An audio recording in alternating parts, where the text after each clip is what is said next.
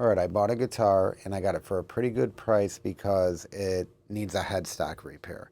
And I bought it knowing that it needed this repair. I'm not going to bore you with me taking it out of the box and unwrapping it, but it looks like he did do a pretty good job boxing it up. All right, here are some of the supplies you will need to make this repair. Some G clamps, F clamps. I got some X-Acto knives with flat blades to be able to get any fibers out of the crevice because you want it to be a tight fit. I have a syringe to get glue deep into the crevice. I also use a business card. After I clean the debris out, I also use this to get the glue in there deep. Some little files just in case, and some food grade wax. And the reason why you want this is because when you clamp the headstock, glue is going to ooze out the sides, and you don't want it to stick to the sides of your guitar. You want to be able to clean it up easy, and that's what that's for. And last but not least, you got wood cauls, and this is because you do not clamp the headstock directly.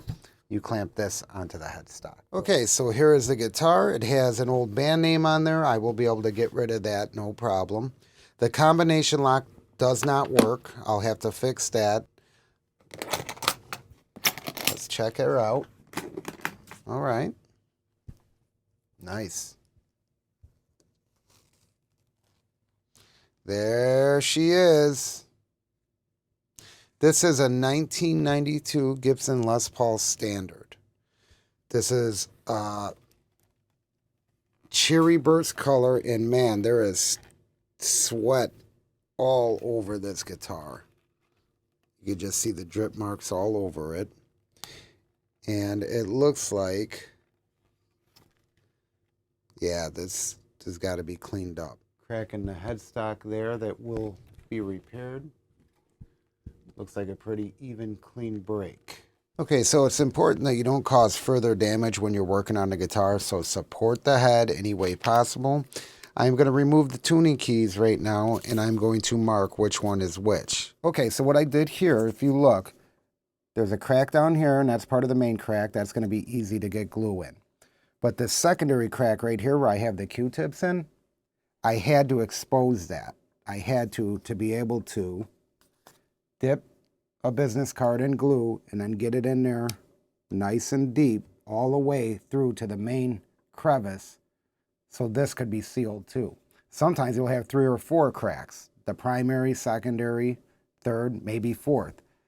We're lucky enough to where it has one main split and then the secondary split, so not a big deal. When I start gluing, I have less than a half an hour to finish gluing, which gives me a good amount of time to be able to get it everywhere I need to get it, all up in the crevices. I have plenty of tools here to be able to get in there and get to it. All right, so I have a syringe. It's going to go way deep up into the crevice. And after I do the secondary crack, I'm going to open this up just enough to where I could really get in there and pack that with glue. When I sandwich this together, all that glue inside is going to creep in to all the little parts of the pockets of the neck that are exposed right now. And then you keep it clamped. They say 24 hours. I say 3 days to a week, and let it cure. And then your guitar will not break in the same spot again. All right, so you want to make sure that you got all the dust and the debris out of the crevice. You could even use some air duster. What I'm going to do now is I'm going to protect the guitar from the overspill of the glue. So I got this all natural. I'm going to take a small Q-tip. Let's do this one. And just sort of fill it up with this wax here. Get wax all over it. I'm just going to coat where I don't want the overspill to get on the guitar. This is going to protect the guitar. You do not want to get any in the crevice. You just want to put it where you want to be able to easily clean up afterwards. Big old gob inside truss rod cover. I hope you can see that. It's hard to get lighting right with the video and trying to do this job. So I apologize if some of the stuff you can't see as clear as you'd like to, but I wasn't even going to do a video of this.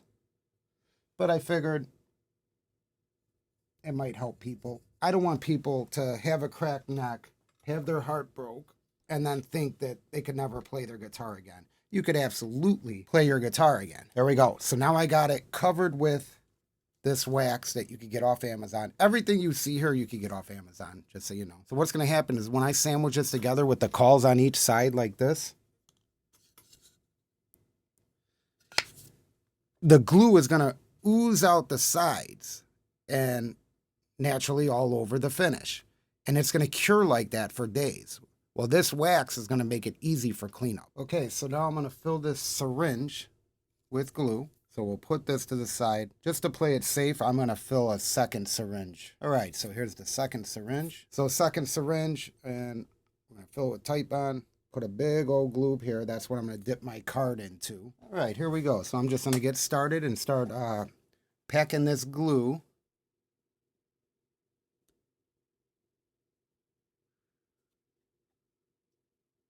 So look at this. Take this up there. See how the glue is inside there. I'm going to start doing the bottom side. Start packing it in there. Now, I'm going to do the other side. Just pack it in there. Scoop it up and pack it in. The more glue, the better. So I'm going to grab this syringe, the first syringe. Oh, that's beautiful. Getting it in there as deep as possible. Glad I did 2 syringes. Now, I don't mind it dripping out at all. I'm going to save this other syringe. What I want to do is really make sure that this glue is getting every last piece in there. You might be thinking, this dude's making a mess. Hey, man. That's okay by me. I don't mind wasting a little glue to get this packed in there. That's what I'm talking about. Oh, yeah. The horse brush is really doing it. Before I did this horse brush, I really made sure that there was no loose hairs on it. You got good working time with this. Just want to make sure there's no air pockets back there I'm missing. See how it's oozing out of that secondary hole right now? Oh, I got you out of the camera view. See how I got the syringes in there? Look at it ooze out of the secondary hole. That's what you want. That is completely packed in there now. Take this last syringe, just pack it in there. There's going to be a bunch that squeezes out. What we're going to do is put this here, and this here.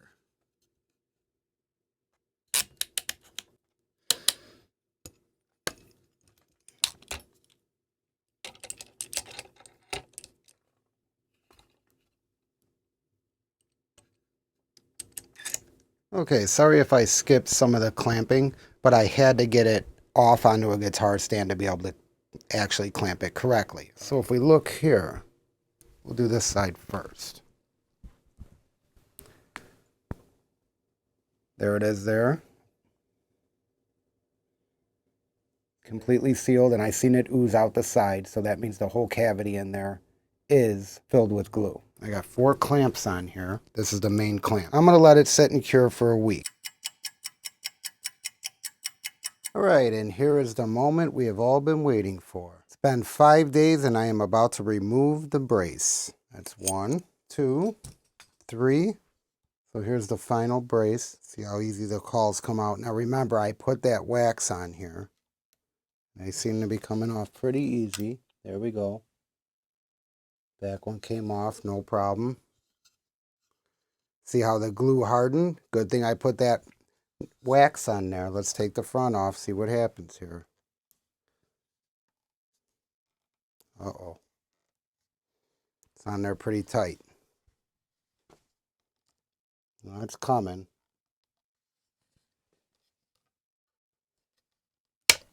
Oh, there we go. Oh boy.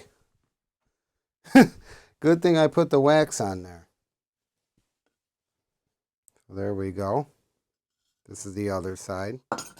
Now let's take a look, shall we? Okay, the wax is still on there. Wow. You can't even see that where it was creased on the front. That's awesome. Let's take a look at the back together. Look at that. Let me clean off some of this excess glue. Very happy so far, guys. Once I buff this, you won't even be able to hardly see this. If you're not looking for it, you won't see it.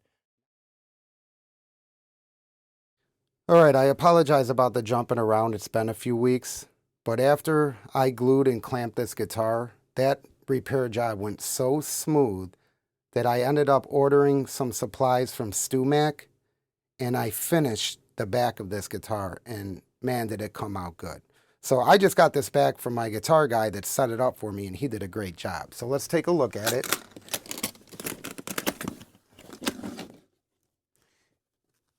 And there it is, all beautiful set up.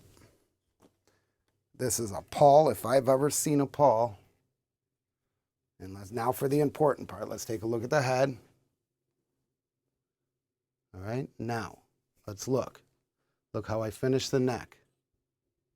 All right, up close with the light. You will not be able to see where it was cracked because I can't even see with the naked eye. Now you can tell the finish is a little darker in that area, but that's about it. And right here is where I just buffed it out a little too much, that's all. But I'm happy with it. Look at that finish. Super happy with the repair job I did on this guitar. This is just a beautiful Paul, 1992 standard. If you own a beautiful Paul like this, it is very important that you have strap locks on it. I believe the previous owner did not use strap locks because when I got this guitar, it was 100% all original, including the strap lock buttons. And I believe, unfortunately, this guitar came off his strap, fell, dented the tuning key, and broke the neck. And he was so heartbroken that he sold the guitar at a discounted price. All right, so I got it, I fixed it, I absolutely love it. This guitar will live in my studio and make many, many recordings. Bands will be playing this guitar. We breathed new life into this guitar. I just got it set up by my guy, and he did an awesome job. This thing is playing amazing, and the tone is just sick. So I'm absolutely thrilled with this guitar. It is now part of my studio and here for bands to use. Strap locks are very important. I don't care if it's just something like this. I use these on my Fenders. My Telecaster and my Strat, this is what I use.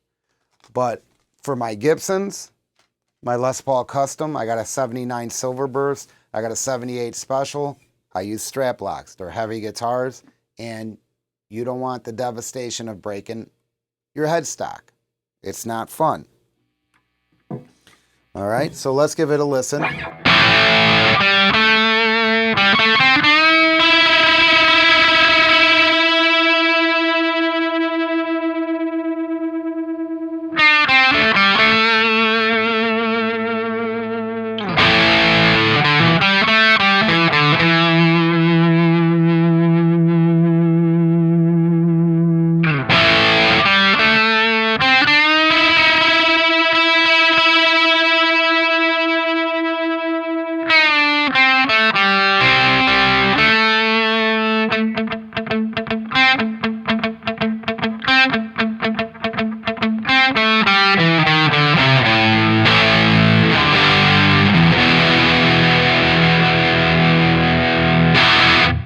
So powerful. Let's hear some chords.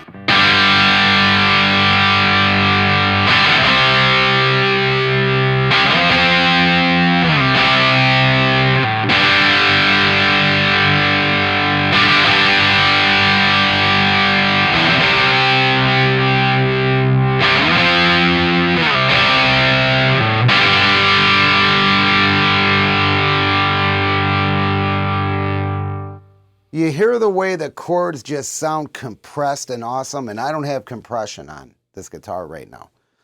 No outboard, just guitar straight to the amp straight through the pre's, straight into Pro Tools, and that's how you're hearing it. Let's play some rock and roll.